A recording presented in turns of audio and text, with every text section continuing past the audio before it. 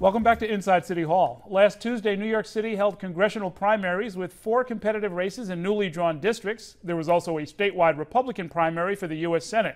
Now that the primary date has moved to June of this year, turnout was very light, but even if few voters made it to the polls, the contests were being closely watched by political observers.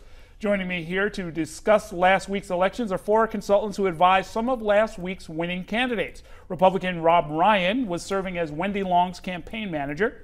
Democrat Michael Tobman from the Grace Meng campaign is here. Democrat George Arzt had a firm that worked for both Congresswoman Nydia Velazquez and Hakeem Jeffries, 2 winners, and Democrat Scott Levenson, who worked for 2 of the primary winners, Hakeem Jeffries as well as Yvette Clark. And he also advised Eric Dilan in his unsuccessful effort against Congresswoman Velazquez. Welcome to all of you. Got the scorecards right? Good to be here. Okay. Congratulations to all of you. Thank you. These are all very tough races. And Michael, let me start with you. I did not know you were working on the Grace Meng race. How did that work? How'd you do it? First off, she got more votes than all of her opponents combined. Yes, so it had to have been a win. district-wide operation and appeal. Certainly she had a base in the Chinese and Korean speaking communities, but she won in the Jewish parts of the district. She did very, very well in the Spanish-speaking communities and a growing South Asian community as well. It really was a lot of work and a lot of organizing. I think by election day we had 18,000 positive IDs, and then it was getting them to the polls. Explain for our viewers who don't know what that means. Sure. Those who indicated they would be voting are likely voters, and then would, if they come out and vote, be voting for Grace. Now, a congressional district has 700,000 people in it. What was the universe of people you called through to find the 18,000 or so that you thought were likely to vote for? Several times that number. It was a lot of work, and door to door. Same thing in the congressional races in Brooklyn? Absolutely. I mean, the secret, or not so secret, obviously, with the Hakeem Jeffries race, when you win by 72 points, a lot of things have to go right. We got 24,000 hard IDs in a 2-way, so it's obviously not the same, but much more than what our win number was projected to be. We did that from a universe of about 44,000 people.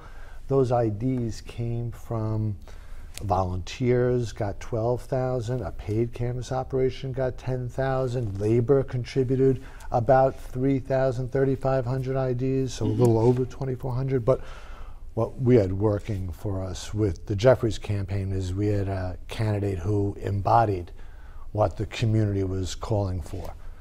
He's a hardworking, creative legislator who's going to do the business of delivering for his district. And as a practical matter, this involves calling people or knocking on their door saying, hey, do you want to vote for my candidate? We actually knock on doors, we make phone calls, we called through the universe dozens of times before we got to the 24,000 folks. With the labor IDs, it means member-to-member mailings, and then them following up with your union is supporting them. So the Hotel Trades Council, 1199, Communication Workers of America, the Machinist Union, folks who are early, UFCW, were early and often for the Jeffries campaign. And with Congresswoman Velazquez, same idea?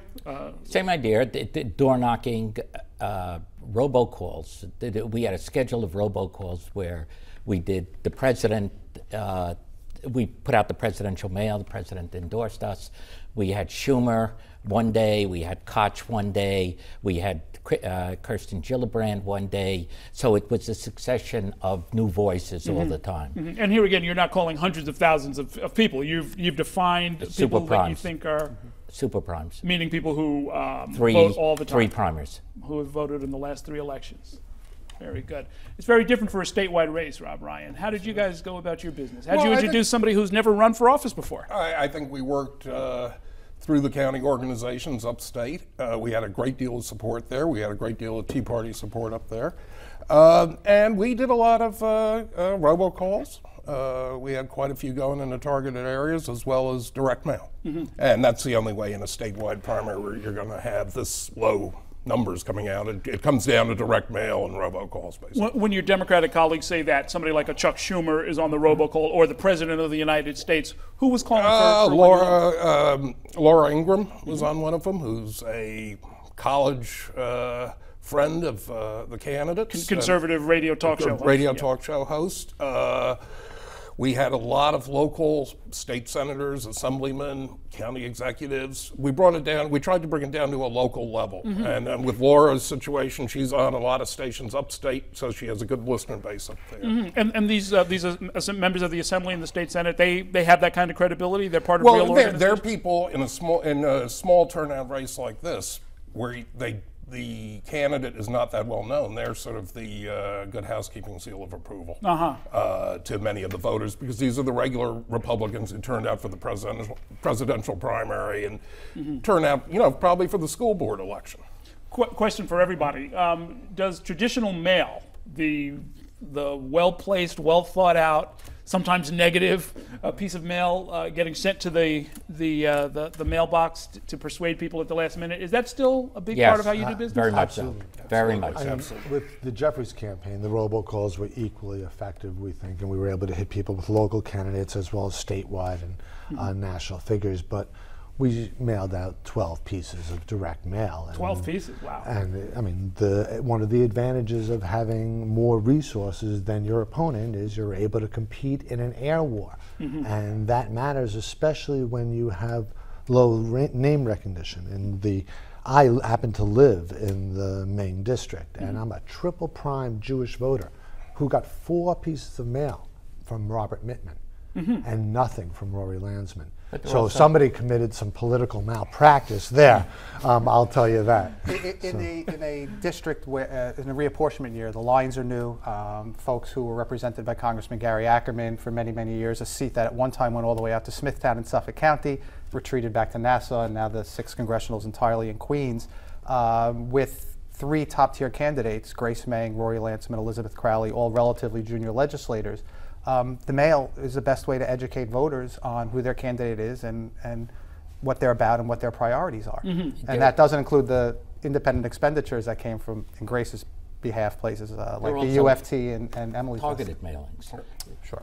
To each to different constituents. We had Chinatown and Sunset Park. We had Williamsburg. We had a lot of areas where we were just targeting our mail. So small mailings to that constituency. And is that based on, that's based on surname for the most part, or at least correct. That's the first cut correct. at it, right? That is correct. And well, the lists are based on surname, yes. I think that was a little different for us in the Jeffries campaign, because when we had a great research department, and when we tested all the vitriolic lines that Charles Barron attributed to Charles Barron, the thing that moved people to vote most was the same in Howard Beach and East New York, and that was he didn't care about passing a piece of legislation, and we were running a candidate who had several substantial pieces of legislation. So for us, that cut across all communities. And is that a case where, what might have been for Charles Barron maybe a throwaway line in an interview saying, look, I don't care if I pass any legislation, I'm going there to shake things up? I think that was the exact line, as a matter of fact. I think clearly people in the district were making a decision that if they want a legislator, they'll elect a legislator. If they want a movement person, they'll support a movement. Maybe he's running a movement as a movement person. I have issues with that and whether it's cult of personality or not. But clearly the legislator and the person the district wanted to elect and send to Washington was someone who was embodied by Hakeem Also, Jeffries. if he said it, he said it. It doesn't matter if he said it. Oh, no, it. I know you guys are in the business of holding people accountable for every stray word out of their mouth. Was there any of that with Wendy Long? I know that she made a big deal out of her opponent, or at least one of them, not taking the tax pledge that she has taken. Right. I think in either party, you bring up issues that are important to your constituency and the people who are going to turn out and vote. And, these are prime Republican voters. You can pretty much identify, we look back at who voted in the presidential primary, which was a non-primary. So you know that if those people are coming out, they're really paying attention.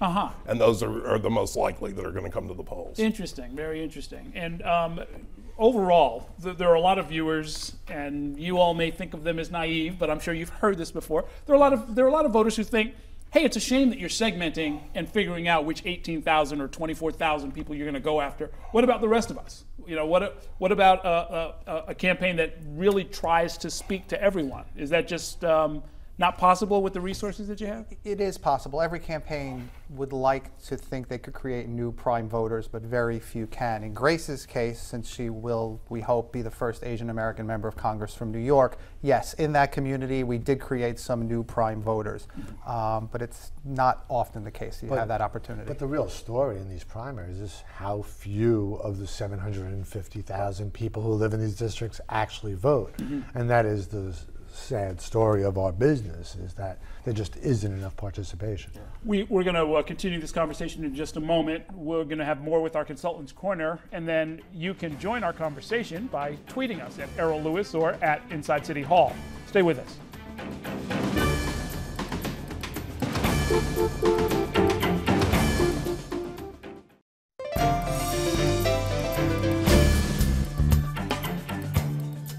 Welcome back to Inside City Hall, where we are talking with the four members of our Consultants Corner, Rob Ryan and Democrats Michael Tobman, George Arzt, and Scott Levenson, winners all in last Tuesday's elections. Let's get on to some other business. The Supreme Court passed or handed down a historic decision. Let's very, very quickly get your grade and quick analysis. We'll start with you, Rob. Well, I gave an NA as my grade because I really don't think someone like me, who's not a lawyer, should be grading the Supreme Court on how they decide on a major constitutional issue. It'd be like trying to decide if Albert Einstein was the #1 physicist of all times. It's not in my thing. Oh, the Constitution's in plain language for all of us to understand, Rob Ryan. But there are so many different interpretations. Don't you tell me you're not smart enough for that. George Arzt. Grade A, it will give 30 million uninsured people a real safety net. It's great.